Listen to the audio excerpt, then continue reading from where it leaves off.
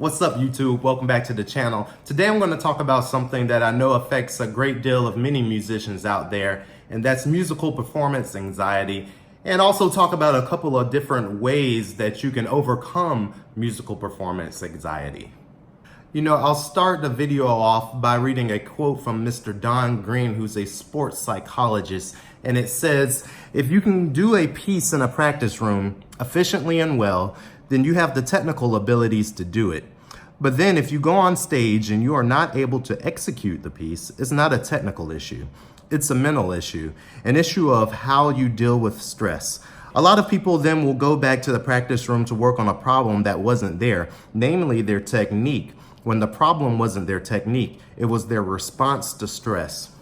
I really like this quote here because oftentimes, especially when I was in my undergraduate program, I would be practicing a lot in the practice room. I would have things nailed down, and it wasn't even a situation of a recital. It would be the actual lesson that was later that week. I would go in and just completely crumble. And looking back on it, it might be an intimidation factor on my behalf. By no means were my professors intimidating. It's just that something inside of me I had to prove, and looking back on it, it's more of a mental issue. A lot of times musicians can have a fight or flight response to performances, and it can manifest itself in 4 different symptoms. One of those ways or symptoms is a physical response. For me, it's a dry mouth, it's a rapid heart rate, it's sweating. If you know me, I sweat so much. I'll jokingly say that it's because of hyperhidrosis, I think it is. But realistically, if I self-evaluate myself, it's a physical symptom that's due to that fight or flight response. Another symptom is a cognitive indicator. So basically, this is saying that you have a constant worry about the negative things that has happened or is going to happen. Such as, I've missed this note, how could I be so dumb? Or I hope I don't mess up on this next part that I've messed up on numerous times before. So those are things that are all pretty much in your head, and it's a cognitive indicator. The third symptom is emotional indicators. So the biggest one is probably fear. And I would say that a lot of times I would get the advice that reframe your fear or nervousness into excitement, but either one of those, that's an emotional indicator that something is going on within that fight or flight concept. And the fourth symptom is basically behavioral changes. And this can be something such as avoidance, rescheduling a lesson, procrastinating until the last second in preparation, which as a musician, you shouldn't do anyway. But just basically trying to avoid a situation that you may not have tried to avoid before. And whether you exhibit one or all 4 of these symptoms, it can lead to feelings of being inadequate, and it can lead to feelings that just compound each other to where you're so worried that you're not in the right frame of mind to perform anything. So now I'd like to go over 7 different ways that you can deal with and manage musical performance anxiety and hopefully overcome it. Number 1 would be preparation. Now, as simple as it sounds, it goes beyond practicing in a practice room, and this applies to a lot of younger musicians and a lot of younger players. A lot of times we practice and we'll repeat something, and we go through this process of learning a piece or learning some music, but we never actually sit down and practice how we're going to perform. So this could be as drastic as actually going onto the stage or a stage and going from step 1 all the way down to the bottom of bowing on stage, sitting down, playing a piece from top to bottom. If you make a mistake, it doesn't matter. Forget about it and keep on going all the way to the end, and going through this sequence throughout your whole performance, whatever it is that you're gonna do and play, and going from top to bottom basically without stopping. Number 2 is desensitization. Hopefully I said that correctly. For me, that could be something as simple as performing in front of my loved ones, somebody that you're really, really comfortable with. And basically from there, upping the ante all the way till you get to your major performance that you're preparing for. The process of desensitization is exactly how it sounds. Not that you want to remove yourself emotionally from the situation, but you want to get into the habit of doing something so many times that hopefully you become a little bit less nervous as you go along.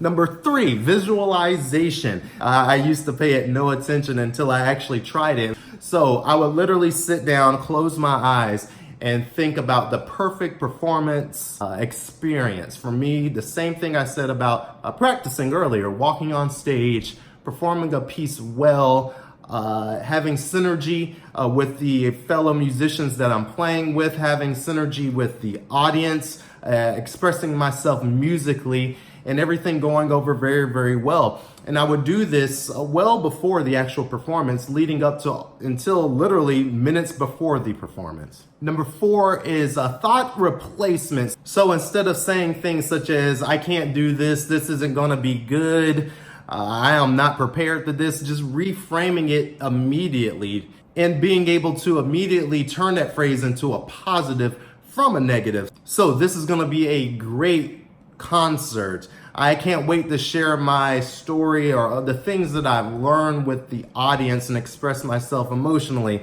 I can't wait to get on stage and perform. Things like that. Number 5 is learning to let go. Now, this is something that I personally struggle with a lot. I would play a wrong note and just get in my head. And it's like my hands are on autopilot. Like I'm still playing the piece, but in my mind, I'm just thinking of how could you have missed that note? You've nailed it 100 times before. What is wrong? So learning to let go of those thoughts, it's a hard thing to do and it's easier said than done, but it goes into kind of the things that I was saying before with reframing a situation. For me, it might sound a little weird, but what I would tell myself was, that was a weird situation. How did I miss that note? Oh, well, let's try to make the rest of this performance great.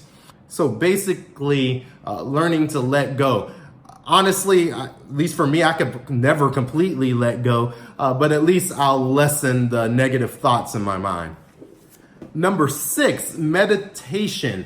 So once again, this is one of those things where I've heard a lot of people say it before, and I would immediately think of people doing yoga and me crossing my legs and saying down on the floor. But meditation is not necessarily those things. There was a lot of preconceived notions that I've had about meditation. And once I started doing it, it actually helps me to get outside of my head and to view myself and actually, it's weird to say, view how I react to things and see it from the outside looking in. I'll leave a link down in the description below. I use an app called Headspace, 10 minutes a day. And sometimes, if I'm feeling a little overwhelmed, I might do it during the day as well for a quick 5 minutes just to calm myself on down. I'm pretty high strung. And the number 7 thing that I do to help overcome some musical performance anxiety is memorization. Now, it's easy enough to say, and of course you've probably heard of this one before, but personally the way that I do it, I approach my classical playing, my jazz playing, whatever it is, all in the same way. This sounds a little strange, but what I'll try to do, especially on the classical side, is I'll try to learn a piece by ear. And what I'll do is I'll go through a piece. I remember the first thing I tried it with was the Creston. It's pretty, at least for me, if you're a saxophone player, it's pretty easy on the ear. And it's not too crazy to figure out. So I'll try to go through a piece and learn it by ear and then actually combine it with the music, obviously, because we want to make sure we're playing articulations, all the elements of the piece correctly, and combine all those factors together. For me, I find that it's better ingrained and I'll have an easier time portraying, once again, on the emotional side of things, what I'm trying to portray to the audience without having that, not necessarily a barrier, but I'll call it that barrier of music in front of me. And most of the times you'll probably be amazed with yourself. Of course, if you practice something for hours and hours on end, you probably have it memorized anyway. But I advise you to give it a shot. If you haven't tried that before, it might help you out. So there you have it. Those are just a few different methods, techniques that you can use to hopefully overcome your musical performance anxiety and anxiety. Geez, Hopefully you enjoyed the video. Like, comment, subscribe, and I'll see you on the next one. Out.